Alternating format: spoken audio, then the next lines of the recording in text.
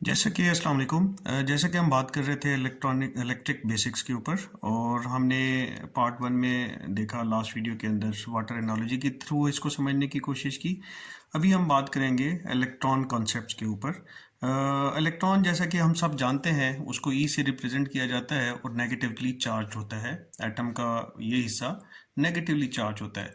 और हम ये भी जानते हैं कि दो इलेक्ट्रॉन जब आप आपस में उनको पोजीशन करते हैं, होते हैं, कॉन्सेप्ट ये है, ऑब्वियसली आप उसको फिजिकली आप इकट्ठे नहीं रख सकते, ये आपस में रिपेल करते हैं, एक दूसरे को पुश आउट करते हैं।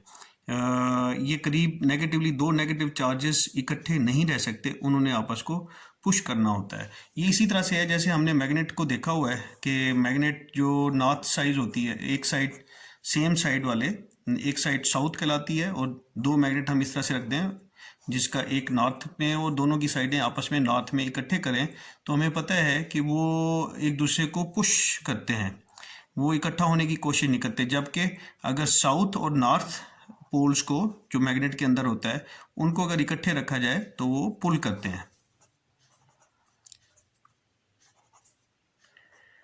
तो इलेक्ट्रॉन की मिसाल इसी तरह से है कि आप मैग्नेट के दो पोल्स को इकट्ठा रख दें तो ये आपस में पुश करें। आप जस्ट इमेजिन करें कि एक बैटरी के अंदर क्या होता है, इलेक्ट्रॉन्स भर दिए जाते हैं जो कि सारे के सारे नेगेटिवली चार्ज होते हैं। ये जितना ज़्यादा होंगे उतना ही इनके आपस में जो रिपल्शन है या एक दूसरे को पुश करने की या एक दूसरे दूर जाने की जो कुव्वत है, जिससे एक प्रेशर बिल्डअप हो जाता है बैटरी के अंदर, ये सब एक दूसरे को पुश कर रहे हैं, एक दूसरे से दूर जाना चाहते हैं, तो इसके अंदर एक प्रेशर बिल्डअप हो जाता है। इसी प्रेशर को कहते हैं कि बैटरी का वोल्टेज है। जिस तरह से हमने यहाँ पे पानी का कहा था, पानी का प्रेशर क्या है, वोल्टेज है। यहाँ पे इलेक्ट्रॉन्स जो आपस में एक दूसरे को पुश कर रहे हैं, वो ये निकलना चाहते हैं, एक दूसरे से दूर जाना चाहते हैं, तो ये एक प्रेशर क्रिएट होता है। जितना प्रेशर ज़्यादा होगा बैटरी का वोल्ट पोटेंशियल ज़्यादा होगा। अभी हम ये नहीं बात करेंगे कि इलेक्ट्रॉन करंट का फ्लो पॉजिटिव से नेगेटिव होता है, नेगेटिव से पॉजिटिव होता है। हम सिंपली ये बात करेंगे कि ये जो दो टर्मिनल दिए जाते हैं, इलेक्ट्रॉन की कोशिश होती है, फॉर एग्जांपल यहाँ पे एक मोटर है जो कि कनेक्टेड है यहाँ पे एक स्विच के साथ, जो कि स्विच ओपन है, और यहाँ पे एक फ्यूज लगा हुआ है। तो ये इलेक्ट्रॉन क्या करेंगे, ये इलेक्ट्रॉन सारे यहाँ से ट्रेवल करते हुए, इसमें से गुजरते हुए इस टर्मिनल पे अवेलेबल हो जाएंगे,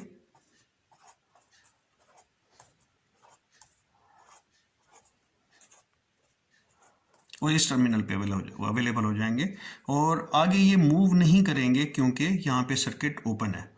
जब सर्किट ओपन है और ये मूव क्यों कर रहे हैं, ये यहाँ तक क्यों पहुँचे हैं, क्योंकि इनके अंदर एक प्रेशर है जो इनको एक दूसरे से दूर लेके जाने की कोशिश कर रहा है। जब वो एक दूसरे से दूर लेके जाने की कोशिश कर रहा है, ये अवेलेबल है और ये मोटर है। अब यहाँ पे इसी कॉन्सेप्ट से समझने की कोशिश करें, ये जो मोटर है ऑब्वियसली ये कोई ना कोई ये लोड के तौर पे इस्तेमाल हो रही है। ये यहाँ पे लोड है मोटर, और जब लोड क्या है, लोड बेसिकली आपका कुछ ओम की वैल्यू होती है, यानी कि रेजिस्टेंस होती है। क्योंकि मैंने कहा था कि हम रेजिस्टेंस को ओम के टर्म्स में देखेंगे, क्योंकि मल्टीमीटर के अंदर जब हम आगे बात करेंगे इंशाल्लाह फ्यूचर में, तो रेजिस्टेंस ओम में रिप्रेजेंट की जा रही होगी, तो हम इसलिए इसको बार बार ओम या रेजिस्टेंस एक यूज़ कर रहे हैं। तो ये बेसिकली एक रेजिस्टेंस है। लेकिन आप यहाँ पे इस कॉन्सेप्ट को जहन में रखें कि जब सर्किट ओपन है, ये रेजिस्टेंस कोई मतलब नहीं रखती। इलेक्ट्रॉन इससे अवेलेबल होंगे यहाँ पे, जितना यहाँ पे है उतना ही होगा। अगर बीच में कोई सर्किट ओपन है, इलेक्ट्रॉन तब ही फ्लो कर सकता है, आगे बढ़ सकता है, मूव कर सकता है, और उसकी फ्लो के अंदर कमी या ज़्यादती हो सकती है जब यहाँ पे रास्ता, यहाँ पे रेजिस्टेंस, जब यहाँ से उसको सर्किट कंप्लीट मिलेगा, वो तभी इधर से मूव करेगा, तो तभी इसको लोड जानेगा। अदरवाइज यहाँ पे वो कंसीडर यही करेगा कि ये प्रॉपर एक तार ही है और इसी से मैंने गुजर के जाना है। तो इलेक्ट्रॉन ने पुश किया और ये अवेलेबल हो गया, और जब इस स्विच को हम बंद करेंगे और सर्किट को क्लोज सर्किट कर देंगे, तो ये इलेक्ट्रॉन अपनी मूवमेंट शुरू कर देंगे। ये जो मूवमेंट है इसी को हम क्या कहते हैं, करंट कहते हैं। ये करंट फ्लो हो रहा है। तो इसके कॉन्सेप्ट में बेसिकली यहाँ पे, और ये जब ये मूव करेगा तो ये लोड जो है ना, इसकी मोटर मूव करेगी, ये बल्ब है तो बल्ब जल जाएगा, और इस तरह से ये कॉन्सेप्ट बन जाता है।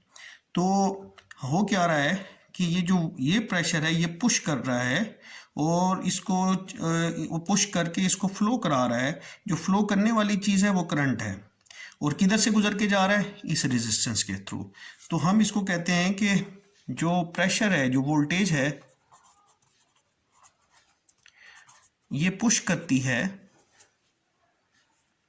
एम्पेयर को या करंट को, किस में से, एक रेजिस्टेंस के अंदर से।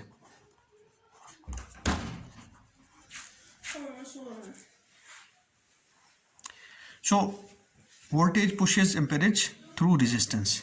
और यही चीज़ जो नेक्स्ट हमने कॉन्सेप्ट समझने की कोशिश करनी है, उसको हम कहते हैं ओहम्स लॉ या ओहम लॉ।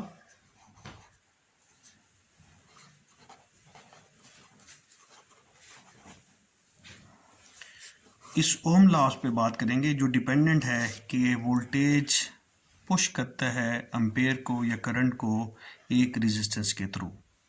इसके ऊपर हम नेक्स्ट वीडियो के अंदर बात करेंगे इंशाल्लाह। अस्सलाम वालेकुम।